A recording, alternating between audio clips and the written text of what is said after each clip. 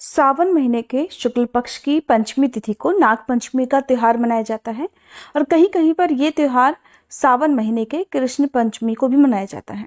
नाग पंचमी हिंदुओं का पावन पर्व है। इस दिन महिलाएं नाग देवता की पूजा करती हैं और नाग देवता को भोग लगाती हैं।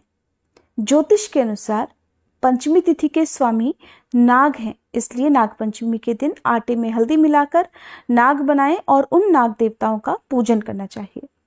सुगंधित पुष्प और दूध सर्पों को बहुत प्रिय होता है, इसलिए आज के दिन ये वस्तुएं नाग देवता को अर्पित की जाती हैं और व्रत के दिन नाग पंचमी की कहानी भी सुनी जाती है। नाग पंचमी के दिन प्रसाद के रूप में भुने हुए जौ और भुने हुए चने बांटे जाते हैं। इस दिन नाग पंचमी की कहानी या नाग पंचमी की व्रत कथा सुनने से व्रत का पूर्ण फल प्राप्त होता है। तो आज की इस वीडियो में आपको सुनाते हैं नाग पंचमी की संपूर्ण कथा। सबसे पहले आप सभी को नाग पंचमी की हार्दिक शुभकामनाएं। नाग पंचमी की पहली पौराणिक कथा के अनुसार प्राचीन समय में एक सेठ जी के 7 बेटे थे। 7 का विवाह हो चुका था। सबसे छोटे बेटे की पत्नी श्रेष्ठ चरित्र की, विदुषी और सुशील थी, लेकिन उसका कोई भाई नहीं था। एक दिन बड़ी बहू ने घर लीपने को पीली मिट्टी लाने के लिए सभी बहुओं को भी साथ चलने को कहा, तो सभी धलिया और खुरपी लेकर मिट्टी खोदने लगी।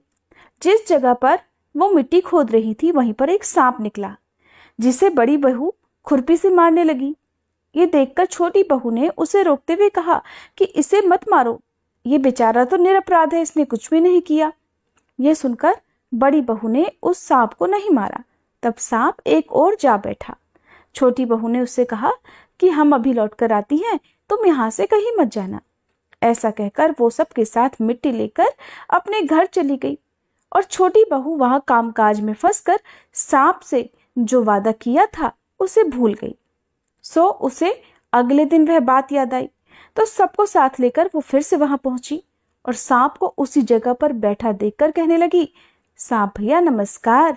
सांप ने कहा, तू भैया कह चुकी है इसलिए तुझे छोड़ देता हूं, नहीं तो झूठी बात कहने के कारण मैं तुझे अभी डस लेता।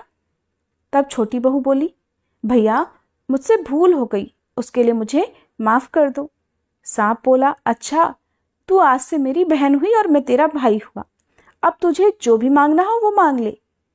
वह बोली, भैया मेरा कोई नहीं है, अच्छा हुआ जो तू मेरा भाई बन गया।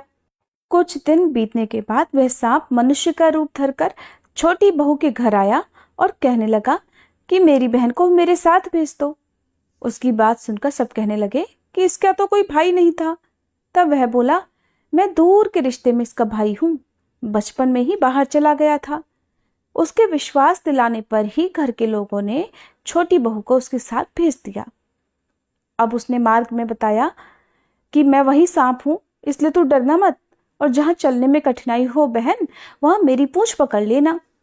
छोटी बहू ने सांप भाई के कहे अनुसार वैसा ही किया और इस प्रकार वह उसके घर पहुंच गई। वहां के धन ऐश्वर्य को देखकर वह चकित हो गई। एक दिन सांप की मां ने उससे कहा कि मैं एक काम से बाहर जा रही हूं, तो अपने भाई को ठंडा दूध पिला देना। अब छोटी बहू को ये बात ध्यान नहीं रही और उसने गलती से अपने भाई को गर्म दूध पिला दिया, जिससे उसका मुख पूरी तरह जल गया। ये देखकर सांप की मां बहुत क्रोधित हुई, किंतु सांप के समझाने पर वह शांत हो गई। तब सांप ने कहा कि बहन को अब उसके घर भेज देना चाहिए। तब सांप और उसके पिता ने बहुत सारा सोना, चांदी, जवाहरात, वस्त्र, आभूषण आदि देकर छोटी बहू को उसके घर पहुंचा दिया। छोटी बहू के साथ इतना ढेर सारा धन देखकर बड़ी बहू ने ईर्ष्या से कहा कि भाई तो तुम्हारा बड़ा धनवान है, तुम्हें तो उससे और भी धन लाना चाहिए था। सांप ने जब बड़ी बहू की बात सुनी तो उसने अपनी बहन को सब वस्तुएं सोने की लाकर दे दी। ये देखकर बड़ी बहू कहने लगी, अब इन्हें झाड़ने के लिए झाड़ू भी तो सोने की होनी चाहिए। सांप ने बड़ी बहू की बात सुनकर झाड़ू भी सोने की लाकर सामने रख दी। सांप ने छोटी बहू को हीरे मणियों का एक अद्भुत हार दिया था। उसकी प्रशंसा उस देश की रानी ने भी सुनी। तब वह राजा से बोली कि सेठ की छोटी बहू का हार यहाँ मेरे पास होना चाहिए। राजा ने मंत्री को हुक्म दिया कि उससे वह हार लेकर शीघ्र उपस्थित हो। मंत्री ने सेठ जी के पास जाकर कहा कि सेठ जी, महारानी जी छोटी बहू का हार पहनेंगी, वो हार उससे लाकर मुझे दे दो। सेठ जी ने डर के कारण छोटी बहू से हार मंगाकर मंत्री को दे दिया। छोटी बहू को ये बात बहुत बुरी लगी। उसने अपने सांप भाई को याद किया और उसके आने पर प्रार्थना की कि भैया, जो हार तुमने मुझे दिया था, रानी ने वो हार मुझसे छीन लिया है। तुम कुछ ऐसा करो कि जब वह हार उसके गले में रहे तब तक के लिए सांप बन जाए, और जब वह मुझे वापस लौटा दे तब फिर से हीरे और मणियों का हो जाए। सांप ने अपनी बहन की बात सुनकर ठीक वैसा ही किया। जैसे ही महल में रानी ने वह हार पहना, वो सांप का बन गया, और ये देखकर रानी चीख पड़ी और रोने लगी।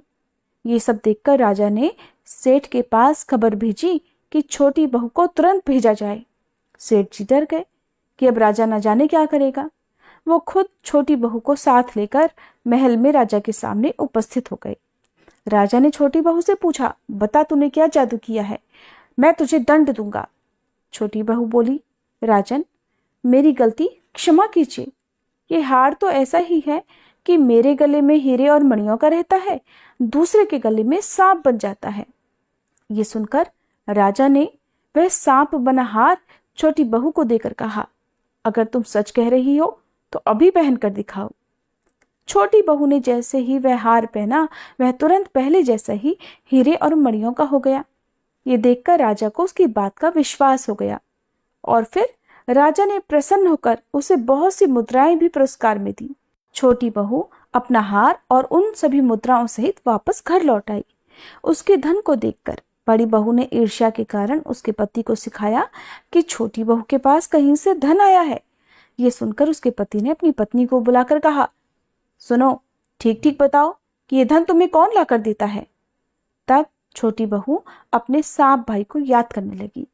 ठीक उसी समय सांप ने वहां प्रकट होकर कहा कि अगर तुम मेरी धर्म बहन के आचरण पर संदेह प्रकट करोगे तो मैं तुम्हें डस लूंगा। ये सुनकर छोटी बहू का पति बहुत प्रसन्न हुआ और उसने तब सर्प देवता का बड़ा सत्कार किया। मान्यता है कि उसी दिन से नागपंचमी का त्योहार मनाया जाता है और स्त्रियां सांप को भाई मानकर उसकी पूजा करती हैं। नागपंचमी